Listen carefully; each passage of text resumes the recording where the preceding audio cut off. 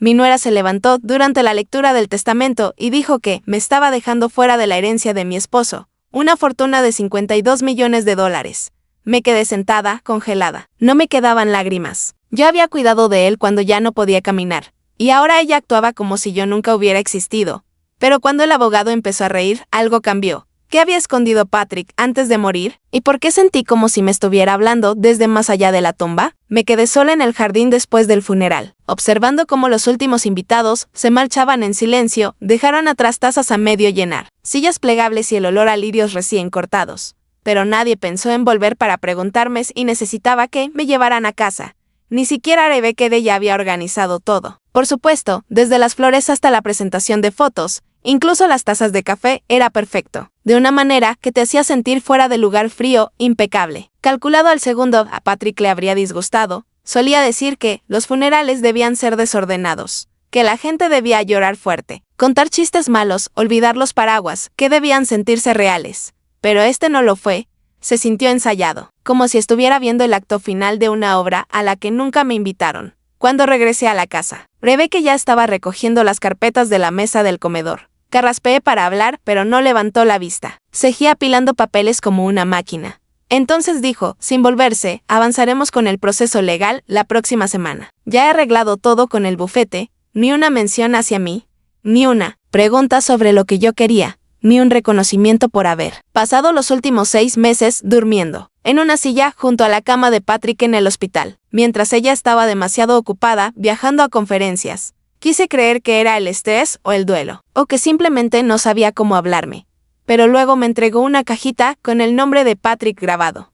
Él me pidió que te diera esto, dijo. Dentro había un pasador de corbata. Solo eso, ninguna nota, ninguna carta. Patrick tenía cajones llenos de diarios y cartas. Solíamos escribirnos notas incluso cuando estábamos en la misma casa, pero al final, todo lo que recibí fue un pasador de corbata. Ni siquiera uno que lo usara con frecuencia. Rebecca sonrió cortésmente y se marchó, como si con eso hubiera cerrado el libro para ambos. Esa noche me senté en la cocina, con una taza de té tibio, y por primera vez desde que Patrick murió, sentí que ya no pertenecía a la casa que habíamos construido juntos. Las paredes aún olían a su loción para después de afeitar. Sus libros seguían en el pasillo, pero era como si mi nombre hubiera sido borrado en silencio de cada habitación. Me dije que quizás estaba exagerando, que solo estaba cansada, pero algo dentro de mí había cambiado. Había una frialdad en el aire que no sabía nombrar, y no era solo el dolor, era como si me hubieran borrado del guión, como si todos hubieran recibido una nueva versión de la historia, menos yo. ¿Alguna vez has mirado a tu alrededor, en tu propia casa, y te has sentido una extraña en ella? Eso fue exactamente lo que sentía aquella noche.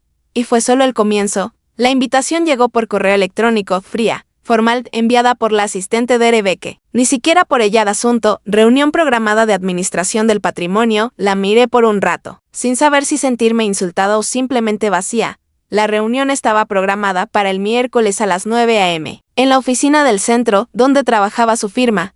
Ningún mensaje personal, ningún espero que estés bien, solo una hora y un lugar, como si fuera una cita con el dentista. Esa mañana llegué 5 minutos tarde, el tráfico estaba terrible y había dudado 2 veces en el camino. Sin saber si debía ir, el ascensor se abrió hacia una recepción elegante que olía a eucalipto y tinta de impresora.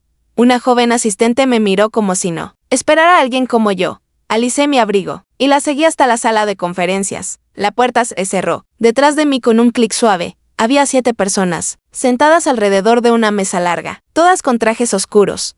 Rebecca estaba en la cabecera, el cabello recogido, la mirada fija en una pila de carpetas frente a ella.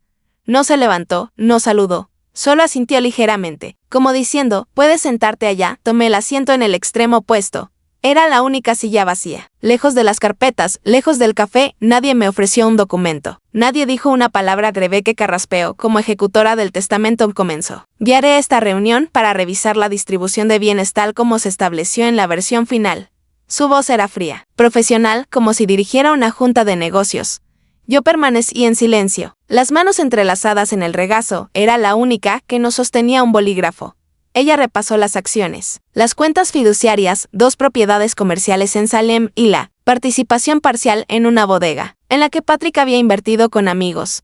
Luego anunció que Patrick había transferido el control principal del fideicomiso familiar a ella 6 meses antes. Se parpadeé. Eso no era posible. Yo había administrado ese fideicomiso junto a Patrick. Durante casi 20 años, nunca mencionó nada sobre transferírselo a ella. Rebecca continuó sin pausa, leyendo las asignaciones como si estuviera pasando lista de inventario. Mi nombre no apareció al final. Uno de los asociados preguntó, ¿y la parte de la señora Sloan? Rebecca apenas levantó la vista. No hay distribuciones restantes asignadas a su nombre bajo el archivo actual así. Sin contacto visual, sin explicación la versión legal de ser borrada, sentí un calor extraño subir por mi espalda, pero mis manos permanecieron inmóviles. No dije una palabra, la sala se quedó en silencio un segundo demasiado largo. Y luego, la reunión continuó. Cuando todo terminó, esperé a que los demás se marcharan. Rebecca guardó su maletín lentamente, casi como si esperara que yo dijera algo, pero no lo hice.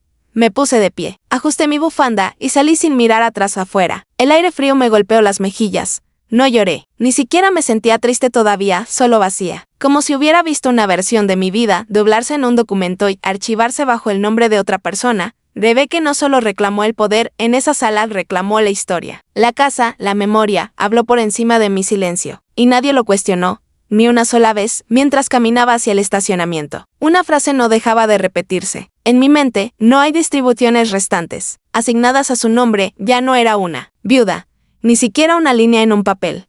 Era nada. Volví a casa y me senté a oscuras durante largo rato esa tarde. No quise encender las luces.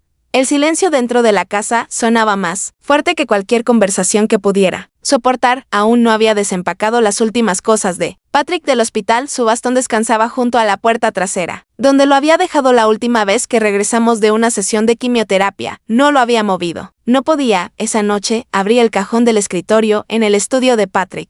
No fue algo planeado. Mis manos actuaron antes de que mi mente lo procesara. El cajón chirrió como siempre.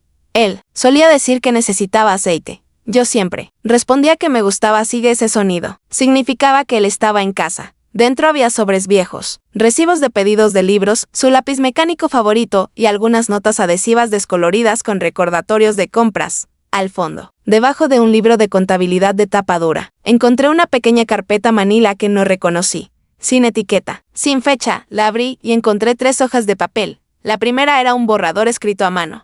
Su caligrafía, inconfundible aunque algo temblorosa, llenaba la página sin saludo, sin firma, solo una nota breve, escrita en ese tono tranquilo que era tan suyo. Rebecca quiere que actualice el testamento. Dice que debe reflejar los activos actuales. Le pregunté por qué ahora y me dijo que es por claridad. Creo que está siendo cuidadosa, demasiado cuidadosa. Ha comenzado a redactar documentos en mi nombre que aún no he firmado nada.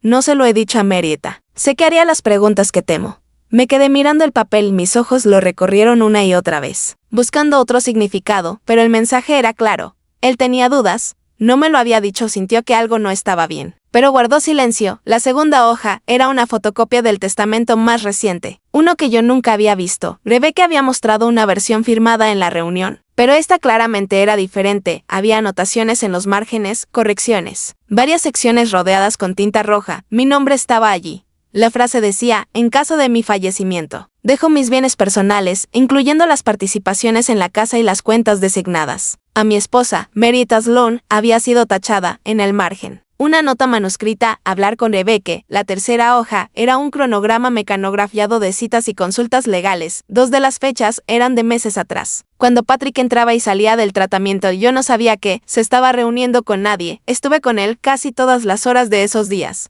La única vez que estaba solo era cuando Rebecca venía a ayudar. La carpeta era delgada, pero pesaba como 1000 libras en mis manos. Coloqué las páginas con cuidado sobre el escritorio y me recosté en la silla. El ventilador del techo giraba lentamente sobre mí. Cerré los ojos y pensé en la última vez que Patrick y yo hablamos sobre el testamento. Fue durante la cena sencilla, tranquila. Como cualquier otra noche, él me dijo, no tienes que preocuparte por nada. Me he asegurado de eso. Recordé cómo me tomó la muñeca a través de la mesa, como su pulgar presionó suavemente mi piel.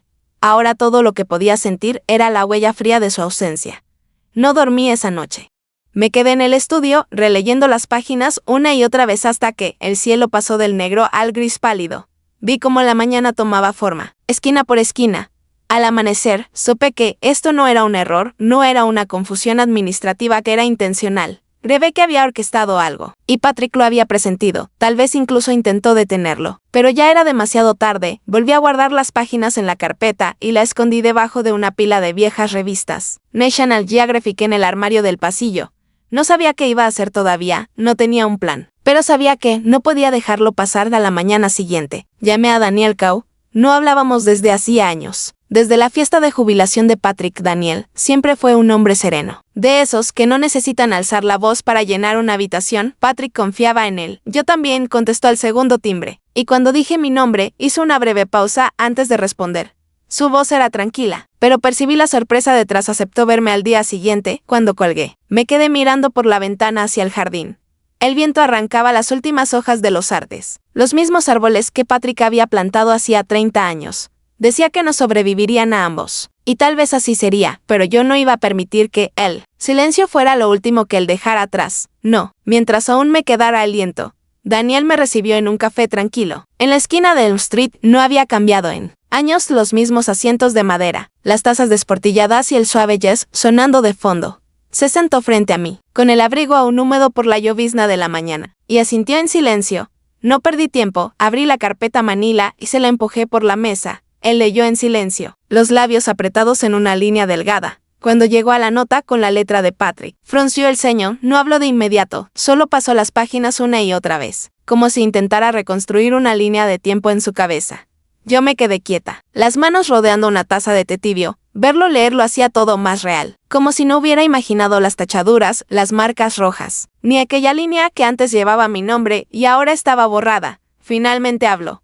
No con pánico ni con compasión, sino con una firmeza silenciosa que me dijo que había visto cosas así antes. Es más que sospechoso, dijo desintencional. Sacó una libreta de su abrigo y empezó a hacer una lista. Anotó las fechas de la carpeta, los nombres de los bufetes que Rebecca había mencionado, y luego circuló un detalle que yo no había anotado: las firmas de los testigos. En el Nuevo Testamento no eran nombres que yo reconociera, ninguno de ellos había pisado jamás nuestra casa. Patrick siempre prefería usar personas que conocía, un vecino, un amigo del club de golf. El hecho de que Rebecca trajera testigos externos sin decirme nada levantaba más que unas cuantas banderas rojas. Acordamos investigar en silencio, sin confrontación todavía. No, Daniel dijo que empezaríamos por validar la última versión del testamento registrada en el condado. Solicitaría copias certificadas y las compararía con las notas que yo tenía. Mientras tanto, debía dejar todo exactamente como estaba. De regreso en casa, abrí el armario del pasillo y guardé la carpeta dentro de una caja con llave, la misma donde guardábamos los pasaportes y los documentos médicos. Luego me senté en el viejo escritorio de Patrick y abrí su calendario. Rebecca ya se había llevado la mayoría de sus pertenencias, había empaquetado sus libros, donado su ropa y enviado sus palos de golf a un amigo.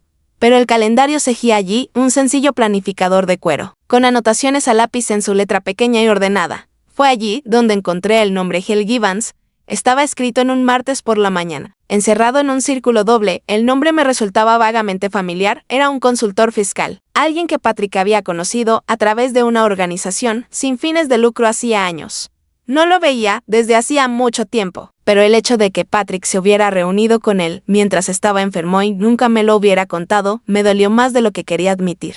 Llamé a Daniel y se lo conté. Dijo que investigaría. Tal vez se pondría en contacto de forma discreta. Si Hal había estado involucrado, aunque fuera brevemente, podría haber visto algo que Rebecca no quería que nadie notara. Los días siguientes pasaron lentamente. Seguí con mis rutinas como si nada hubiera cambiado. Ir al supermercado, regar las plantas, asistir a mi club de lectura, aunque esa semana casi no hablé. En la superficie, todo parecía igual, pero por dentro estaba alerta, observando, esperando. Entonces, el viernes, Daniel llamó. Había hablado con Hal. Lo que me dijo me heló el estómago. Hal recordaba que Patrick llegó pálido y agotado. Apenas podía sostener un bolígrafo.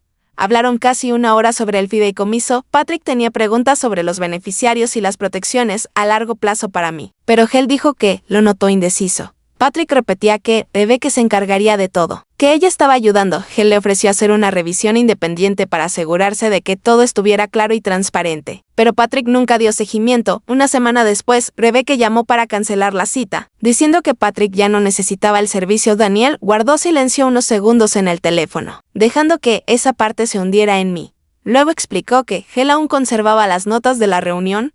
No tenían valor legal, pero demostraban que Patrick tenía dudas. mostraban intención, preocupación. Y eso podría ser suficiente para abrir una investigación formal si decidíamos hacerlo. Le agradecí y me senté al borde de la cama, el teléfono aún en la mano mucho después de que la llamada terminó. Esa noche saqué un álbum de fotos antiguo, no por nostalgia, sino por claridad. Miré fotos de Patrick en reuniones familiares, en fiestas, en cenas con amigos. En casi todas las imágenes, Rebecca aparecía en el fondo, sonriendo, ayudando. Siempre cerca de alguna vez creí que era leal, que solo quería lo mejor para nosotros, pero ahora ya no podía dejar de verlo. La forma en que se posicionaba, como siempre terminaba siendo la persona en quien todos confiaban para los papeles, la logística. Los planes se llevaba preparando esto durante mucho tiempo y lo que más dolía no era la traición en sí, sino darme cuenta de que Patrick había presentido algo y no me lo dijo. Volví a colocar el álbum en el estante y apagué la luz. No había ira en mí aún no.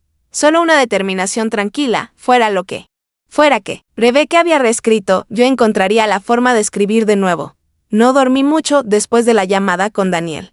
Siempre había creído en la paciencia, en dar tiempo a las personas para que mostraran quiénes eran realmente. Pero ahora, cada día sin respuesta sentía como si estuviera permitiendo que Rebecca reescribiera la historia a su favor.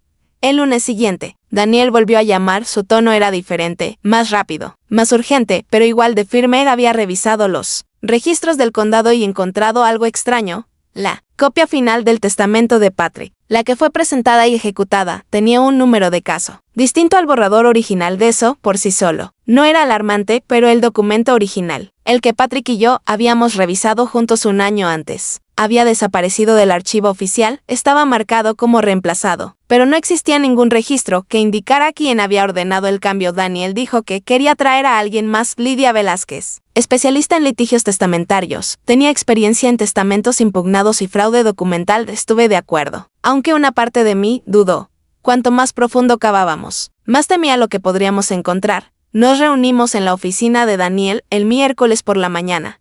Lidia era aguda en tono y presencia, de unos 50 y tantos, vestida con sencillez. Sin un solo movimiento innecesario, escuchó mientras Daniel exponía todo lo que teníamos hasta el momento.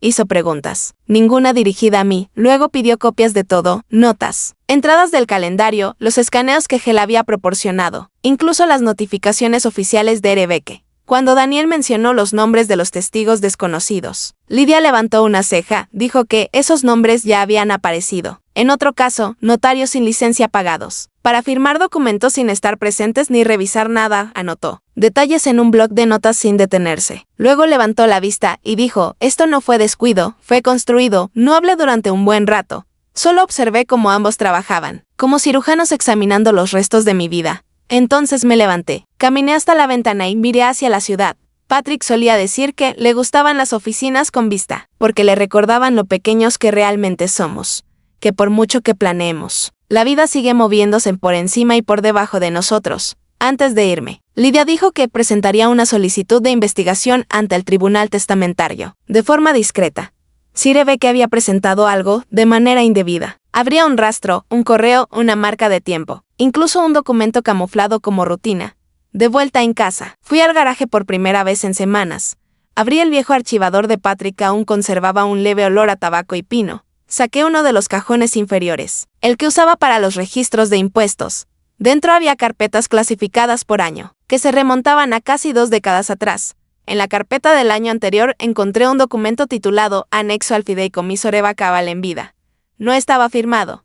El texto había sido modificado varias veces, como si Patrick hubiera ido y venido tratando de encontrar las palabras correctas.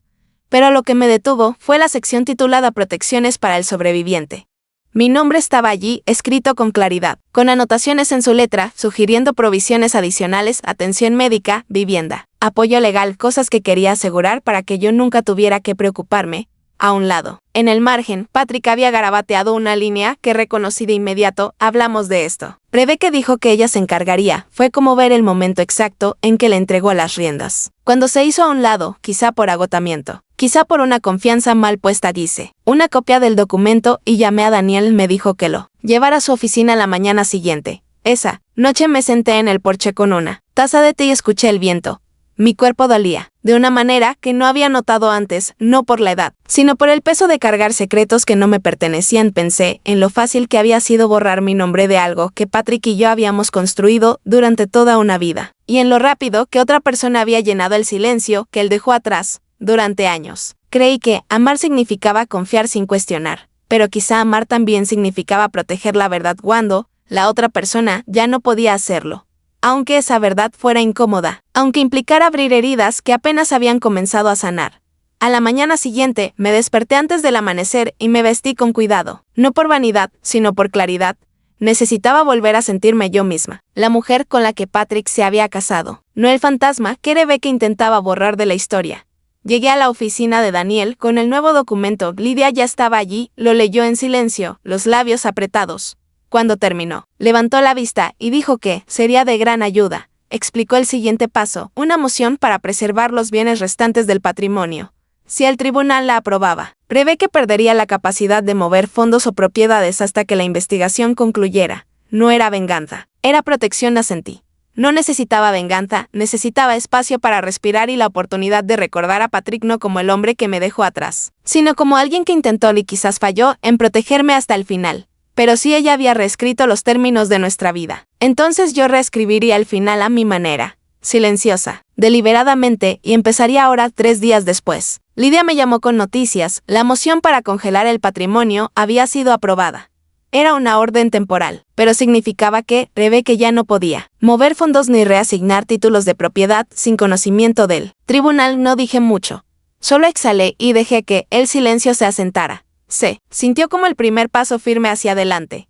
Esa misma tarde recibí un sobre por correo, sin remitente dentro. Una sola hoja, una invitación impresa. Rebecca organizaba un evento privado en el club de campo. Un tributo a Patrick con cócteles, entremeses y una subasta benéfica en su nombre en el reverso. Noté la fecha, solo 4 días después la observé durante largo rato. Nadie me había mencionado nada, ninguna llamada, ningún mensaje, y aún así tuvo el descaro de enviarme una invitación elegante, con letras en relieve como si yo fuera una invitada, y no la mujer que pasó 43 años al lado de Patrick. No, la tiré, la guardé en el cajón junto al sofá y me quedé con el pensamiento.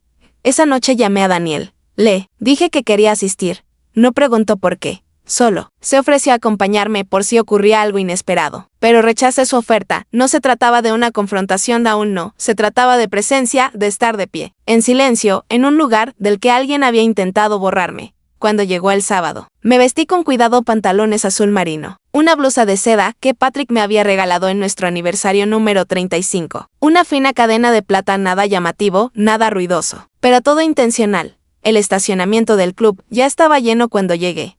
Reconocí la mitad de los nombres en la lista de invitados en la puerta. Amigos, colegas, miembros de juntas, personas que habían cenado en nuestra casa, brindado en aniversarios, enviado tarjetas de Navidad dentro. El salón brillaba, pisos de madera pulida, centros de mesa florales. Una foto de Patrick enmarcada en oro. Estaba junto a la barra, era la que Rebecca había insistido en usar para el obituario de esa donde se veía cansado, con una sonrisa débil. Odiaba esa foto. Rebecca estaba en el centro de todo, elegante, serena, cada movimiento calculado. Recibía a los invitados con una leve inclinación de cabeza, como una reina saludando a sus súbditos. Cuando me vio, su expresión vaciló apenas un segundo. Luego sonrió. Asentí, pero no devolví la sonrisa. Me dirigí hacia una zona más tranquila, cerca de una mesa con los objetos de la subasta. Estaban etiquetados como las cosas favoritas de Patrick: una pelota de béisbol firmada, una pluma antigua, una primera edición de una novela que yo le había regalado por su cumpleaños. Extendí la mano, toqué la esquina del lomo.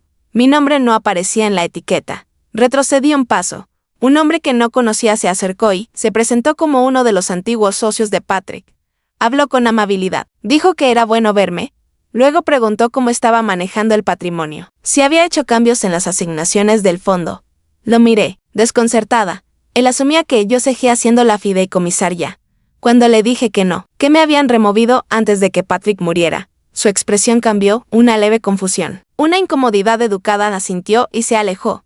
No fue mucho, pero me dijo algo. Rebecca no había contado toda la verdad, ni sobre el testamento, ni sobre el cambio de control, ni siquiera sobre los objetos de la subasta que había sacado de mi casa sin mi consentimiento. Me quedé solo 20 minutos más, el tiempo justo para hablar con uno de los antiguos colegas de la junta de Patrick.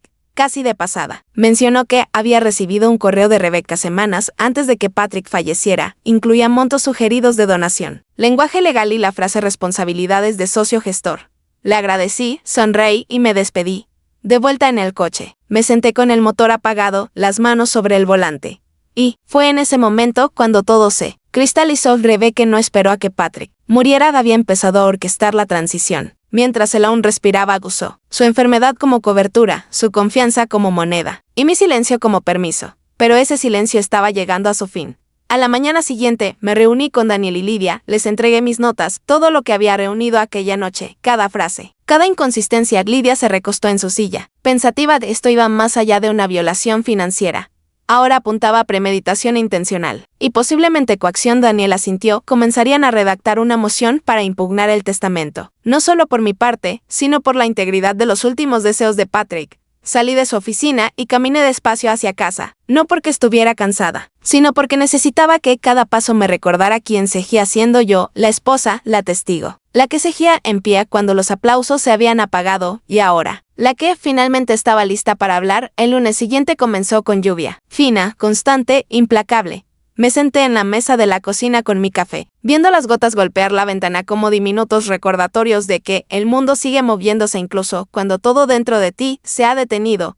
A las 9:15 en punto, Daniel Llamón dijo que Lidia había presentado la moción para impugnar el testamento por posible fraude e influencia indebida. El tribunal había aceptado la solicitud y fijado una audiencia preliminar dentro de 2 semanas. Sería breve, solo para establecer la base, pero permitiría iniciar la fase de descubrimiento. Eso significaba que podríamos comenzar a solicitar las comunicaciones internas, registros financieros y documentos digitales del despacho de Rebecca. Fue como abrir una puerta sellada. Esa tarde me reuní con Lidia en su oficina, ya estaba en una llamada, así que su asistente me condujo a una pequeña sala de conferencias donde los documentos del patrimonio estaban esparcidos sobre la mesa, pestañas de colores, correos impresos, una línea de tiempo parcial pegada a la pared. Lidia llegó 10 minutos después con una hoja impresa en la mano. Era un correo electrónico que Rebecca había enviado 6 semanas antes de la muerte de Patrick, marcado como confidencial. El asunto decía, estructura revisada, acciones inmediatas. El cuerpo del mensaje era breve, pero claro. Rebecca había instruido a su equipo para acelerar la finalización de los documentos del fideicomiso, eliminar todas las cláusulas que considerara discrecionales. Mi nombre aparecía una sola vez, en una frase corta, eliminar privilegios de conbeneficiaria según lo discutido. Eso era todo, toda mi presencia, mis décadas junto a Patrick, reducidas a una línea en la cadena de correos de otra persona. Lidia no me miró. No hizo falta, solo preguntó si estaba lista para proceder con la audiencia y con el proceso formal que seguiría. Respondí. Sí, sin dudar. Los días siguientes pasaron entre papeles y una determinación silenciosa. Evitaba las conversaciones innecesarias. Mantenía la cabeza baja. Cada noche caminaba por el vecindario, pasando frente a casas que aún tenían las coronas de las fiestas de invierno. Nada parecía distinto por fuera, pero yo ya lo sabía, las traiciones más peligrosas no llegan con sirenas. Llegan suaves, en correos electrónicos, en tinta, en la borradura de un nombre. Para el jueves, Lidia había reunido suficiente documentación para comenzar a emitir citaciones judiciales. Solicitó acceso completo a las comunicaciones digitales de Patrick durante los últimos 6 meses de su vida. También pidió interrogar a una de las asistentes legales de Rebecca, la misma que había notarizado los documentos cuestionados bajo su supervisión. Daniel revisó los archivos y notó inconsistencias en 2 marcas de tiempo de las firmas. Ambas estaban registradas un domingo por la noche, cuando la oficina debía estar cerrada. Cuando leí ese detalle, mis manos se quedaron quietas. Patrick odiaba trabajar los fines de semana, y nunca firmaba nada sin pedirme que lo leyera. Antes de esas fechas dominicales me dijeron todo lo que necesitaba saber. Le di permiso a Lidia para solicitar un perito calígrafo forense. Compararíamos las firmas conocidas de Patrick en sus expedientes médicos con las de los documentos revisados. No sería concluyente, pero bastaría para levantar serias sospechas. Esa noche me senté en silencio. No en duelo, sino en claridad. Por primera vez en meses, sentí que el equilibrio comenzaba a cambiar. Ese fin de semana conduje hasta el cementerio, todo estaba en calma. El cielo, bajo y gris, la lápida de Patrick era sencilla. Su nombre completo, las fechas y una línea debajo, vivió con gracia, partió con amor. Me quedé allí largo rato. No le hablé, no en voz alta, pero dejé que el peso del momento se asentara. Sabía que había confiado en la persona equivocada, que había dejado demasiado sin resolver, pero ya no lo culpaba. Había pasado demasiadas noches preguntándome qué pensaba en sus últimos días. Sí intentó protegerme y no pudo. Ya no importaba. Ahora yo protegería la verdad. Cuando regresé a casa, había un mensaje de Lidia corto, directo: la asistente ha aceptado hablar, sería interrogada el martes siguiente, y estaba dispuesta a contar las inconsistencias que había notado. No estaba segura de qué significaban, pero había guardado notas. Ese fue el momento en que todo se resquebrajó. Rebecca había orquestado las ediciones. Había silenciado la disidencia, pero había olvidado la variable más pequeña. Alguien había estado observando, alguien había notado. Y ahora, alguien estaba listo para hablar. Esa noche, al apagar las luces, me quedé de pie en el umbral de nuestro dormitorio, un momento más de lo habitual. La cama seguía perfectamente hecha. La foto sobre el tocador, esa de nosotros en Maine, riendo al viento, seguía inclinada apenas un poco hacia la izquierda, y por primera vez en semanas. No me sentí una extraña en mi propia historia, me sentí como una mujer, regresando a su lugar legítimo. No con ira, sino con verdad. La mañana del martes estaba clara y tranquila. Cuando llegué a la oficina de Lidia, la ciudad aún no despertaba del todo, y las aceras conservaban esa niebla temprana que hacía que todo pareciera suspendido en el tiempo dentro de la sala de reuniones. Las luces ya estaban encendidas. Daniel estaba allí, revisando una carpeta gruesa llena de registros impresos. Lidia se encontraba junto a la ventana, hablando en voz baja por teléfono. Sobre la mesa había una pequeña grabadora de voz y una taza de té que alguien había preparado para la invitada que esperábamos. Su nombre era Ava Kendall, unos 30 y tantos años, mirada aguda, pero con un leve temblor en las manos, como si aún no supiera dónde colocar su miedo. Entró exactamente a la hora acordada. Llevaba un cardigan gris y unos vaqueros oscuros. Sin maquillaje, sin joyas, solo una resolución. Silenciosa, Lidia le ofreció asiento y explicó los parámetros de la declaración. Ava sintió. Entendía.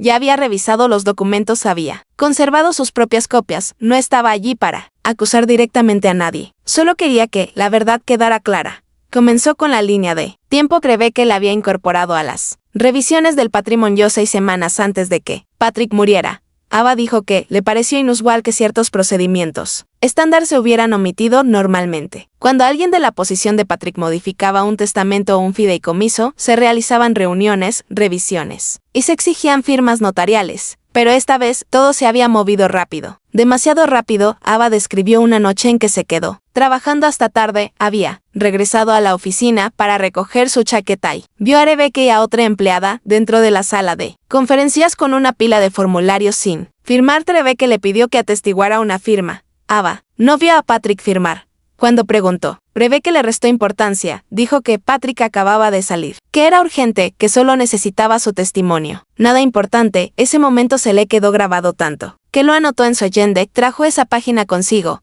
La nota era simple: las 7:43 p.m., domingo. Testifique, firma para R. No P presente. Lidia hizo algunas preguntas suaves. Aclaratoria. Estaba, respondió con calma. No estaba amargada. No buscaba problemas, pero había notado inconsistencias. La fecha de la firma no coincidía con los metadatos del archivo. El formato del testamento había sido modificado para eliminar las secciones de referencia que habrían requerido mi contrafirma como cofiduciaria. Daniel y Lidia intercambiaron una mirada. Entonces Ava añadió algo más. Recordaba haber escuchado a Rebecca en una llamada desde su oficina, hablando con alguien sobre distribuir los activos rápidamente. La frase que se le grabó fue liquidar en silencio, sin demoras. Eso ocurrió 2 días antes de que Patrick fuera hospitalizado por última vez.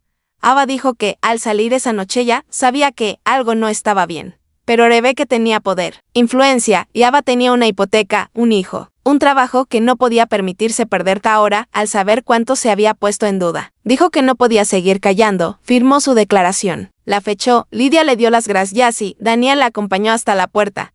Cuando la puerta se cerró, Lidia se sentó y colocó ambas manos sobre la mesa. Ese era el quiebre que necesitábamos. Ya no era solo sospecha. Ahora teníamos una hora registrada, una testigo directa, un lenguaje que sugería manipulación, quizás incluso intención premeditada, suficiente para presentarlo ante un juez y solicitar una revisión formal de toda la administración del fideicomiso. Daniel se recostó, respirando hondo. Fue la primera vez que le vi alivio en el rostro, pero yo no lo sentí, aún no, porque sabía lo que vendría después. Rebecca se enteraría, y cuando lo hiciera, no entraría en pánico. Planearía. 2 días después, recibí una carta de su abogado pulida, fría, me acusaban de interferir con una transición legal de patrimonio, afirmaban que mis motivos eran el duelo, la confusión y la amargura personal, amenazaban con reclamar los costos legales si no retiraba mi moción en un plazo de 10 días. Hábiles leí la carta 3 veces antes de doblarla, con cuidado y dejarla junto a mi café de la mañana. Luego, llamé a Daniel, me preguntó si estaba bien. Le dije que llevaba años. Estando más que bien, solo había estado callada. Pero el silencio no era lo mismo que rendirse. Él soltó una leve risa. Dijo que era lo mejor que había escuchado en toda la semana esa tarde. Lidia presentó nuestra réplica completa, adjuntó las notas de Ava, su declaración formal, las comparaciones de metadatos, los borradores previos de Patrick y los registros del sistema de seguridad de la oficina que mostraban que Patrick no había entrado al edificio el fin de semana en que los nuevos documentos supuestamente se habían firmado. El expediente era pesado, tenía peso literal, sí, pero sobre todo peso moral. No estábamos acusando por venganza. Estábamos reclamando una verdad enterrada bajo la conveniencia y el control. Esa noche me senté en el porche trasero con una manta, escuchando el viento entre los árboles por primera vez. Me permití sentir algo nuevo. No tristeza, no ira y lida de a calma firme. Una certeza que se afirmaba desde adentro. Rebecca había reescrito el último capítulo de Patrick, pero ahora la tinta roja había traspasado el papel, y yo seguía sosteniendo el manuscrito original. La invitación llegó en un sobrecolor crema, sin sello, simplemente deslizada por debajo de mi puerta. No era de Rebecca directamente. Por supuesto, venía del consejo de la fundación, confirmada por uno de los socios más antiguos de Patrick. Anunciaba una reunión oficial en la nueva sede de la fundación para finalizar la transferencia de autoridad. EGCOTIVA.N o había mención alguna de la demanda, ni de mi impugnación, solo un tono de finalidad. La cita, jueves, las 2 p.m. La leí una vez, luego otra. Después la doblé y la dejé junto a mi plato del desayuno, como si no fuera más que un folleto. Pero por dentro lo sabía, no era una cortesía, era una puesta en escena. Rebecca quería que yo viera lo que ella creía haber ganado. Ya quería que la viera sentarse en la silla junto a la cual yo solía estar y sonreír, como si lo hubiera merecido. Llamé a Lidia, le dije que asistiría. Daniel dudó cuando se lo mencioné, pero le dije que no se preocupara. No iba a hacer una escena, solo necesitaba verlo. Necesitaba sentir la distancia entre quién solía ser y en quién me estaba convirtiendo. Ese jueves llegué 5 minutos antes. La nueva oficina de la fundación era una caja de cristal en el centro, con pisos de mármol y ascensores silenciosos. Una recepcionista me condujo a la sala de conferencias. Reconocí algunas caras, hombres con los que Patrick había trabajado en la iniciativa educativa, mujeres que alguna vez me habían abrazado en banquetes y me habían entregado platos de pollo de catering mientras me llamaban cariño. Todas sonrieron. Amables, controladas, pero ninguna me preguntó dónde había estado. En la cabecera de la mesa estaba Rebecca. Su traje era azul oscuro. Llevaba el cabello recogido en un moño perfecto. Usaba un reloj sencillo y una blusa blanca. Poder vestido en tonos discretos. Cuando me vio, su sonrisa apenas cambió. Un leve destello de sorpresa y luego, nuevamente, compostura. Asentí y tomé el asiento vacío al otro extremo. La reunión comenzó con cortesías, una revisión de donaciones recientes, notas sobre próximas iniciativas. Escuché en silencio. Todo era estándar, lenguaje estratégico sin alma. Cuando llegaron al punto marcado como transición de supervisión ejecutiva, Rebecca carraspeó, empezó agradeciendo a todos por su apoyo. Habló de la visión de Patrick, de la continuidad, del peso de la responsabilidad. Todo sonaba ensayado. Y entonces dijo algo que hizo que la sala se detuviera. Me agradeció. Dijo que yo había estado al lado de Patrick en sus primeros años, que había ayudado a sentar las bases de lo que la organización había llegado a ser. Pero luego pronunció una frase que nunca olvidaré. Ahora, con tu gracia, lo llevo adelante, tu gracia. Como si yo hubiera inclinado la cabeza. Como si hubiera entregado todo voluntariamente. Me quedé quieta, completamente quieta. Luego saqué un pequeño sobre de mi bolso. En silencio se lo pasé al hombre a mi lado, el amigo más antiguo de Patrick, que aún formaba parte de la junta. Me miró confundido, pero lo tomó. Dentro había una copia de la carta notariada que Ava había firmado, junto con un breve resumen del informe legal de Lidia y una copia marcada en rojo de la página que Rebecca había alterado en el acuerdo original del fideicomiso. No dijo una palabra, simplemente lo pasó al siguiente y luego al siguiente. En pocos momentos, Rebecca se dio cuenta. Su sonrisa se tensó. Sus manos dejaron de moverse. No levanté la voz. No expliqué nada. Solo dejé que el papel hablara por sí mismo. Cuando llegó al final de la mesa, me puse de pie. Gracias por la invitación, dije. Mi abogada se pondrá en contacto si alguien aquí necesita alguna aclaración, y me marché. Sin prisa, sin enojo, solo con claridad. Conduje de regreso a casa con las ventanas entreabiertas, dejando que el ruido de la ciudad se filtrara. Lidia me llamó esa misma tarde. Ya había escuchado de uno de los miembros de la junta. Estaban preocupados. Querían una revisión interna antes de proceder con cualquier transferencia de autoridad. Daniel lo dijo mejor, ese momento en la mesa no fue una confrontación. Fue una redirección. Rebecca esperaba que yo desapareciera. Nunca esperó que apareciera con la verdad. Durante los días siguientes, las cosas volvieron a moverse, en silencio, pero con significado. La junta pospuso la votación. El abogado de Rebecca guardó silencio. Se solicitó un evaluador externo para revisar las enmiendas impugnadas. Incluso si nada llegaba a resolverse legalmente, la mancha ya estaba allí. La duda, la vacilación. Y en ese espacio, encontré algo que no había sentido en meses: equilibrio. Ese sábado saqué de mi estudio la vieja caja de archivos de Patrick, la que contenía la carta fundacional de la fundación, sus notas sobre programas de mentoría, la primera propuesta de beca que había escrito. Leí cada página lentamente, luego las guardé y llamé a Daniel. Quería que se archivaran correctamente, no enterradas en cajas legales, no bajo ningún nombre, solo preservadas. La historia de lo que habíamos construido juntos antes de que lo manipularan. Terminé esa semana caminando junto al lago, cerca de nuestra antigua casa. El aire estaba frío pero limpio, el tipo de frío que despierta, que afina el oído, y por primera vez en mucho tiempo no sentí la necesidad de defenderme. La verdad tenía su propia voz ahora. No gritaba, no acusaba. Solo existía, innegable, inmóvil, y eso bastaba.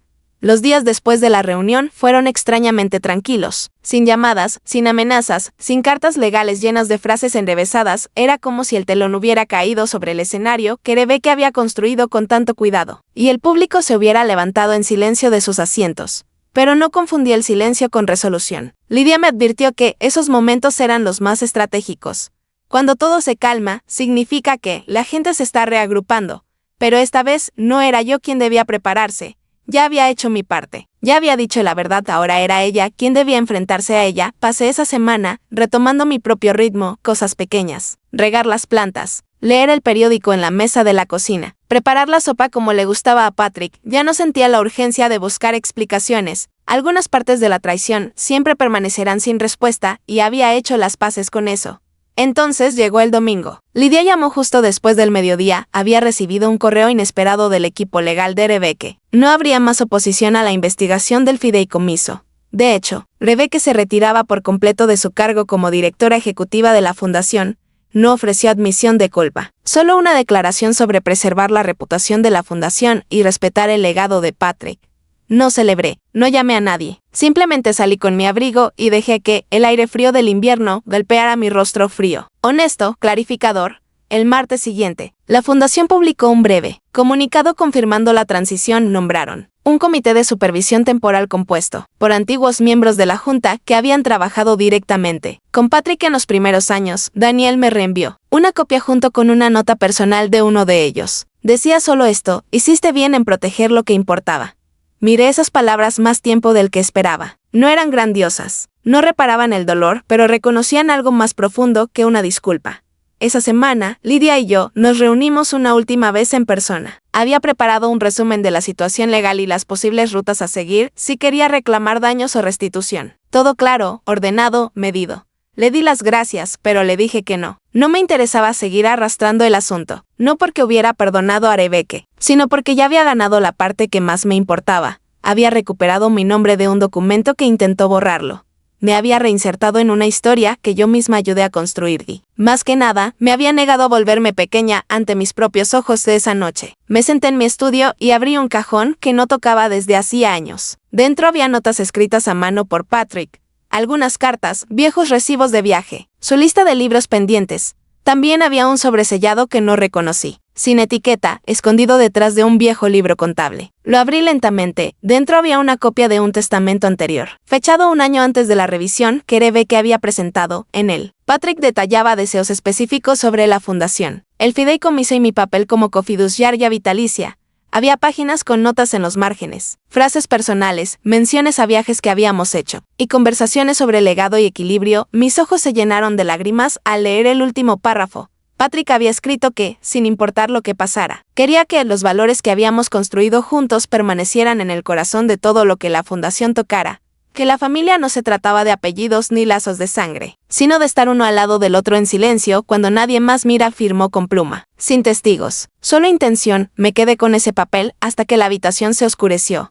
A la mañana siguiente, llevé el documento a Daniel y le pedí que lo archivara, no como prueba, no para un tribunal, solo para la historia. Unas semanas después, volví a la fundación por primera vez. Desde todo el escándalo, el ambiente era más tranquilo, menos pulido, menos intimidante. El nuevo comité me recibió con calidez. Me pidieron orientación sobre uno de los antiguos programas de becas de Patrick. Ofrecí revisar los archivos y ayudar en lo que pudiera. No me pidieron volver en ningún cargo oficial, ni lo esperaba. Ya no se trataba de eso.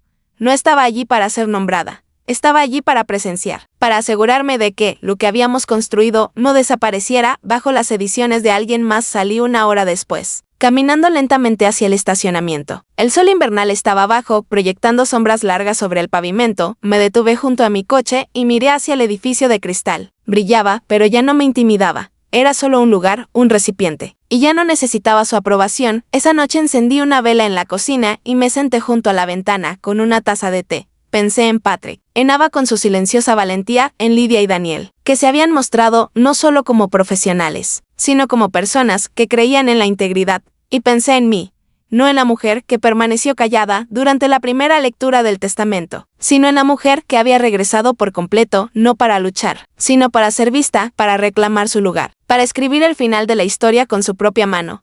Había pasado un mes desde la renuncia formal de Rebecca, y en ese tiempo el mundo a mi alrededor se había suavizado de maneras que no esperaba. Sin audiencias, sin abogados en espera, sin el peso de documentos pendientes. Comencé a moverme de otra manera. Las mañanas eran más lentas. Ya no buscaba mi Allende. Antes de terminar el té, me sentaba en la sala, con la vieja manta de Patrick sobre las piernas, dejando que la luz invernal cubriera el piso de madera, y dejaba que el silencio bastara. Ese silencio, comprendí, no era ausencia de caos, era la recompensa de haberlo enfrentado. No hablamos mucho ese día. Ella me dio una sonrisa suave, me entregó el sobre y nos quedamos sentadas unos minutos sin decir nada. Luego se levantó y me apretó la mano con delicadeza antes de irse. Después de que se fue, coloqué la carpeta en el cajón superior del escritorio de Patrick. Sin cerrarlo con llave, solo la puse ahí como si siempre hubiera pertenecido, junto a sus notas y sus silenciosas convicciones. Ese fin de semana visité el jardín detrás del centro comunitario que habíamos ayudado a financiar hace años. Era invierno, sí, pero el jardinero ya había plantado los primeros bulbos, narcisos, lirios, algunos crocas esperando bajo la tierra. Incluso bajo la escarcha, la vida se prepara para florecer. Caminé por el borde del sendero, recordando la ceremonia de inauguración. La forma en que Patrick me sostuvo la mano cuando revelaron la placa. Aún estaba ahí, un poco desgastada por el tiempo, pero firme, como nosotros. Decía, en honor a quienes siembran para un futuro que tal vez nunca vean. Hubo momentos, en los últimos meses, en los que temí que ese futuro se hubiera borrado. Pero no fue así. Solo había quedado enterrado bajo el orgullo y la ambición. Y ahora volví a salir a la luz. Más tarde esa semana, recibí una carta de una de las jóvenes becarias que había formado parte de nuestra primera iniciativa educativa. Había escuchado sobre los cambios en la fundación. Quería que supiera cuánto había cambiado su vida la beca que recibió años atrás. Ahora trabajaba en una organización local, orientando a niñas de barrios como en el que ella había crecido. Su nota era breve, pero poderosa. No conocía toda la historia, no necesitaba hacerlo. Lo que importaba era que algo que habíamos iniciado la había alcanzado y ahora ella lo estaba transmitiendo a otras. Esa noche me senté en mi cocina y miré a mi alrededor. Era el mismo espacio donde alguna vez me sentí excluida, invisible. Sin voz, pero ahora el silencio era diferente. Ahora estaba lleno de memoria, de claridad y de paz. No había incendiado nada. Simplemente me había negado a desaparecer. La primavera llegó lentamente ese año. Los narcisos del jardín comunitario fueron los primeros en florecer, cejidos por el suave rubor de los tulipanes tempranos que bordeaban la acera frente a la oficina de la fundación. No iba con frecuencia, solo lo suficiente para sentirme conectada, para recordar. Una mañana recibí una pequeña invitación por correo.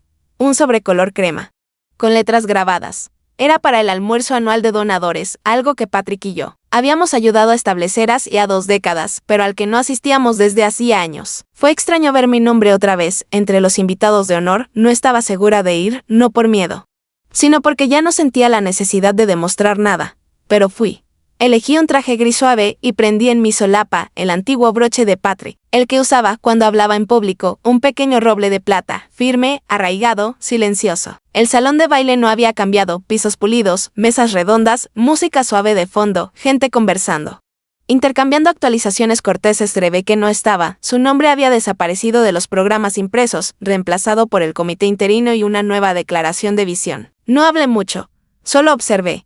Y cerca del final del evento, algo inesperado ocurrió. Una de las nuevas miembros de la junta, una mujer llamada Lee, subió al escenario. Era joven, pero hablaba con calma y gracia. Agradeció a quienes habían guiado a la fundación durante la transición. Y luego hizo una pausa, miró en mi dirección y pronunció mi nombre, no con ceremonia, sino con calidez.